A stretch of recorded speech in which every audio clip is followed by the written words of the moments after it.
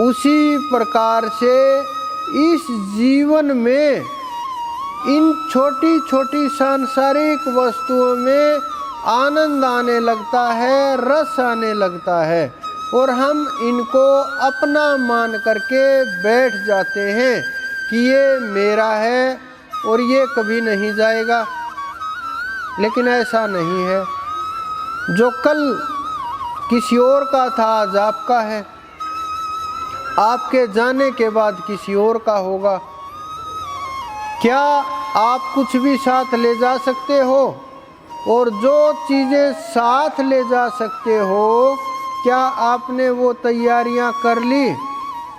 क्या आपने वो संचय कर लिया? क्या आपने उसको पा लिया?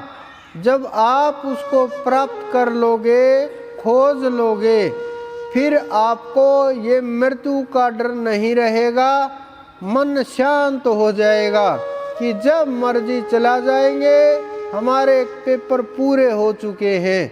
हमें न किसी बात का भय है, न किसी बात का संकोच है, न किसी बात का पछतावा है। मन के अंदर जब इतनी मजबूत स्थिति हो जाएगी कि हम तो इंतजार में हैं, जब मर्जी ले जाए, हमारा यहाँ जितना भी काम था पूरा हो चुका है। वो स्थिति प्राप्ति के बाद जब आती है, वो अलग ही खेल शुरू हो जाता है। वो लड़का मैंने बताया, उन्होंने पूछा कि जी मैं मरते समय दुखी तो नहीं हो जाऊंगा। मैंने कहा अभी तो कच्चा घड़ा है, पका नहीं है, अभी तो घड़ा तैयार भी नहीं हुआ है, पकने में बहुत समय है, प्राप्ति कहाँ है। जिसे मृत्यु का भय होता है वहीं पकड़ लिया जाता है, वहीं काल उसको रोक लेता है, वहीं सारे के सारे बंधन उसके ऊपर गिर जाते हैं। जिस प्रकार से 2-4 वृक्ष इकट्ठे लगाओगे आप, तो वो आपस में इतने जुड़ जाते हैं, चारों तरफ के तने और शाखाएं इतने घुल मिल जाते हैं, आपस में चिपक जाते हैं कि वो काटोगे तब भी बड़ा मुश्किल से अलग होता है। कई बार तो क्या होता है, काटने के बाद भी लकड़ी एक ही महसूस होती है।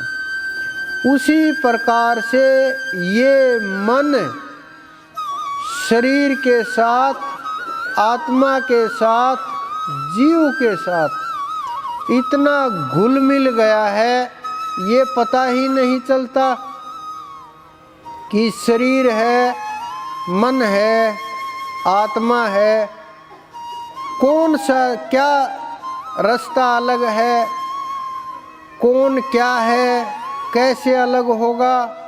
बस ये लगता है ये तो सब कुछ एक ही है और जुड़ गया है सब कुछ, और इसी प्रकार से चलेगा, अलग नहीं होगा। लेकिन जो लकड़ी को पहचानने वाले लोग हैं, वो हाथ लगाते ही, देखते ही, नज़र डालते ही ये बता देंगे ये इतनी लकड़ी उसकी है, इतनी उसकी है। उसी प्रकार से जो गुरु हैं वो देखते ही बता देते हैं कि कौन सा चक्कर जागृत हुआ, जीव है, आत्मा है, ब्रह्म है, मन में फंसा हुआ है, बुद्धि में फंसा हुआ है, शरीर में फंसा हुआ है। जिस प्रकार से आप किसी डॉक्टर के पास जाते हो, जाते ही सबसे पहले आपकी जानने की इच्छा होती है रोग क्या है। दूसरा सवाल होता है ठीक कैसे होगा। तीसरा सवाल होता है पैदा क्यों हुआ। यही 3 सवाल आज आत्म के होते हैं, जो आप पूछते नहीं हो, जो सोचते नहीं हो, जो ना गुरु से सवाल किए जाते हैं, ना संतों से सवाल किए जाते हैं। सवाल तो बहुत लोग हैं पुराने, मैं देखता हूँ उनके पास कोई सवाल नहीं होते। मैं पूछता हूँ हाँ बोलो, वो पता है क्या बोलते हैं कि जी काम तो सारे हो चुके, हम तो बस इसलिए आ गए, कई दिन हो गए थे, गेड़ा मारे, गेड़ा मार जाएंगे। विचार कीजिए आप, ये नहीं सोचते कि हम अब जब काम सब हो ही गए तो हम तो यहाँ ध्यान पर बैठने के लिए आए हैं, कि यहाँ हमारा ध्यान अच्छे से लगता है, मन के ऊपर पकड़ अच्छे से होती है, हम तो यहाँ 4-6 घंटे बैठ करके ध्यान करेंगे। हम तो यहाँ संगत की सेवा के लिए आए हैं ताकि मन भी काबू में रहे और कर्म का जो दोष है उससे भी बच सके, निंदा से भी दूर रह सके। लेकिन ये जवाब, ये सवाल, ये खोज दूर दूर तक कहीं नज़र नहीं आती। बस छोटे छोटे काम नज़र आते हैं, छोटे छोटे दर्द नज़र आते हैं, लेकिन जो भव का रोग है, जो बहा ले जाएगा आपके जीवन को, जो खा जाएगा आपकी सांसों को, उसको हम नहीं देख पाते, वहाँ तक सोच भी नहीं पाते, हमारे विचार भी नहीं जाते कि उस भव नदी में जब ये गिरेंगे कैसे पार होगी, कौन हाथ पकड़ेगा।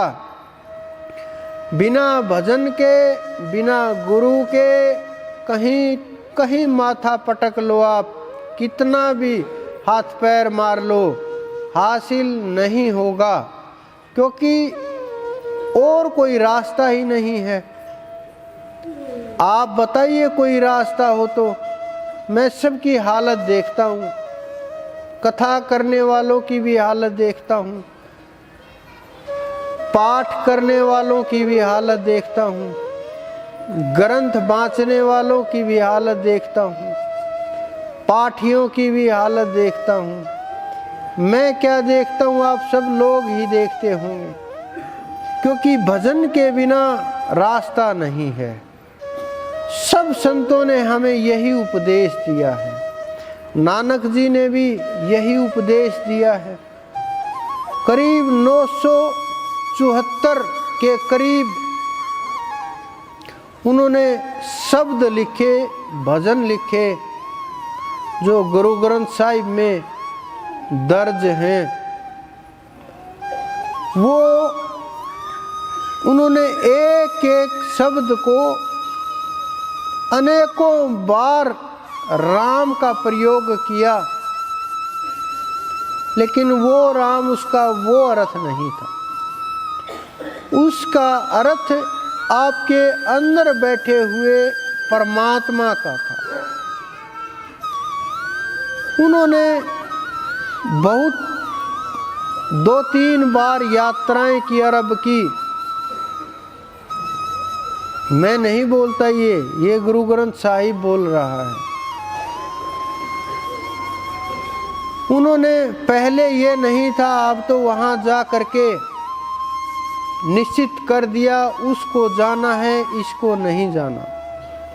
लेकिन पहले ये नहीं था, पहले कोई भी जा सकता था, जाते भी थे लोग। लेकिन धीरे धीरे द्वेष भावनाएं बढ़ी, लोगों का ईर्ष्या बढ़नी शुरू हुई, लड़ाई झगड़े शुरू हुए, श्रेष्ठता का अहंकार शुरू हुआ, अपना और पराया शुरू हुआ। तो ये हर जगह चीज़ें चलने लगी।